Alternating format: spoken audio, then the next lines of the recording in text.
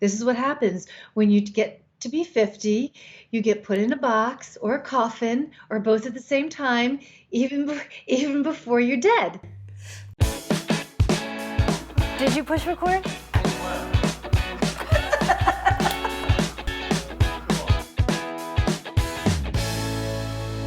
Thanks so much for tuning into Our Second Act with Paige and Silka. For your second act of life. Hey, Silka. Hi, Paige.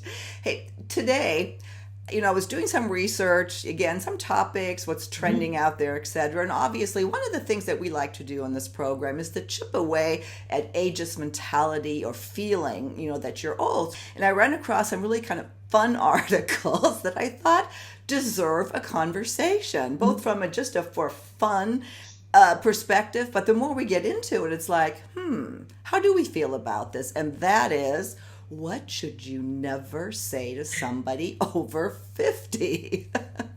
Yes. And so the list, let's go with the first one. That's not age appropriate. Oh, so I gotta jump in here. Who decides what's age appropriate and what's not age appropriate? It's really a systemic cultural norm that has always been there that you kind of grow up on. And if you think about it, when we were young, I always heard, oh, well, when you reach 50, you need to cut your hair. And I remember being younger going, well, why? Like, I never understood that. Why? Is there a reason why you have to cut your hair? Does something happen to your brain if you have to cut your hair? Like, why can't you leave it long? And today, more and more women are like, my hair's long, your hair's long, are leaving their hair long. But that's another cultural norm that was like, oh no, you don't do that. And you don't wear skirts that are above the knee. Well, Okay? yeah, that goes to something else that was on this list that was so funny. It's like, God, it's so nice to see older women wearing like younger clothes. Yeah, and again, it just goes back to what our society is used to hearing, what the norm has always been, what the verbiage has always been. It's just what our society has been used to. This is what happens when you get to be 50, you get put in a box or a coffin or both at the same time, even before you're dead. Yeah, as we started talking about this, off camera, we kind of came on an interesting point, Yes. and that is, you don't look your age, or you look so much younger than 60 or 50. How do we feel about that? Is that a compliment, or is that a ageist comment? Well, how do you feel about it, Silka, when someone says that to you? Generally, I feel really good about it. Me too. Yeah. So, I mean, I'm the same way. But who determines? It's interesting, the thought behind it. What are you supposed to look like at this point? And why does that matter? Why does that make us feel good or bad? Because we are a society that's all about outside. Material things, weight, plastic surgery, you have to look a certain way. And I can't stand that, because everybody misses the soul of who we are. And we focus so much on there that, they don't see what's really going on the inside of somebody. Yeah. Well, and you were saying earlier that you had a client that this was quite, well, talk about that for a minute. Yeah, I just had a client, and I love her, and she's 61, and it's very clear, like when you would look at her, you wouldn't think that was her age, because here we go back again. Well, who says that you're supposed to look this way at 61? But she has a very young spirit, and she's young at heart, and she like enjoys life, and she travels, and she's adventuresome, and so for her, it's hard to find like people who are like that at her age.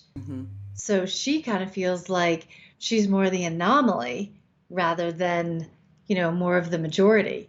So, but that's just coming from her. So that whole thing about what we talked about of don't say this to someone who's over 50, that particular piece, can you say that for someone's over 50? Can you not? I know when someone finds out my age and they say, wow, I would have never guessed that. I was like, really? What would you have guessed? Okay, we just do that. And I guess to your point to your friend is, aren't you too old to do that? Or did I already say that? Did I already say that? You did, and sometimes people will say to her, "What? You're going traveling by yourself? What? You're going to Europe? What is the difference if I'm 60 or 20 and I'm traveling by myself?" And it can be reversed ageism because sometimes people in our generation will say to people in younger generations, "I don't know if you should do that. You're kind of young for that. I think you need to like do this and this and work your way up in the business like we did." And I mean, we do it to each other. But true, but we're right. Okay. No, I'm kidding. No, that's a good point. It's a really good point, and it's funny because, like we said, when we saw that on the list about the you don't look your age, and then we're talking about it, and you said, "Oh yeah, I know, I can't say. What am I supposed to look like?" It's the same thing, and then both of us within that bantering refer to other people not looking like their age. So it's interesting.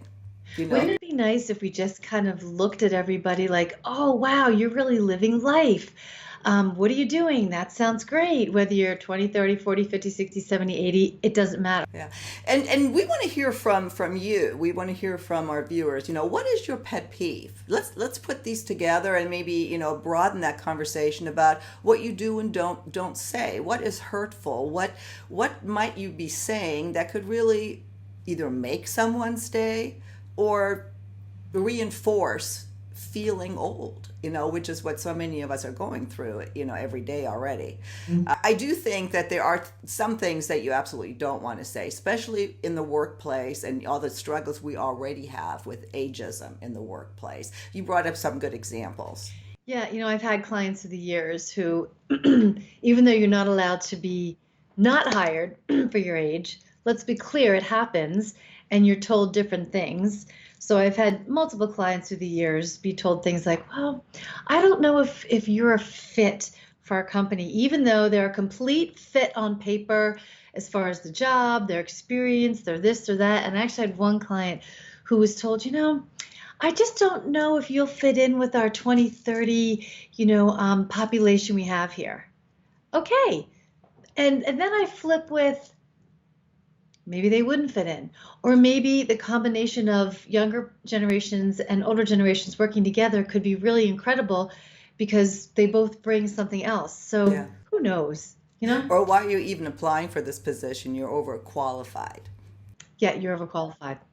Saying. And then, of course, when are you going to retire? Why are you even working? Ooh, that can bring up some hurtful stuff. Yeah, because more and more people in our generation are working longer and creating second acts to creating their own jobs, trying things that they never did before. They're still working, and you know what? It keeps your brain going, and it keeps you being more fulfilled if that's your course of what you choose.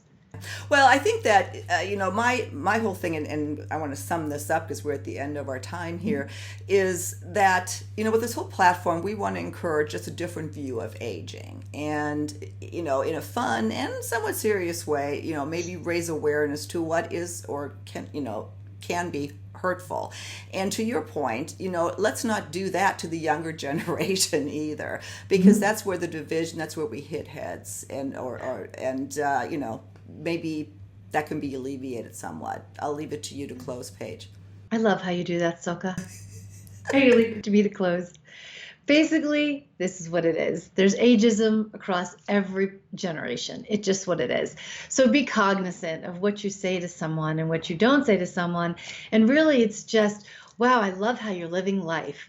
How are you enjoying life? Because that's what you're doing. Whether you're enjoying life, not enjoying life, afraid to be in life, whatever it is.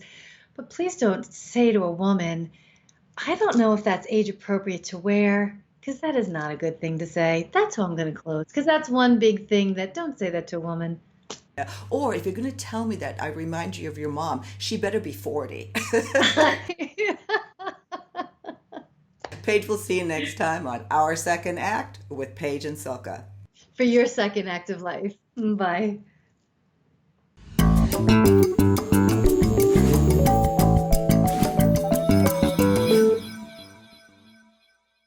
Thanks so much for watching. If you haven't already done so, please be sure to subscribe to our channel. The button is right here. Click right on through to YouTube, and when you see the little bell next to the subscribe button, hit that too. It'll notify you every time we launch a new video. See you next time.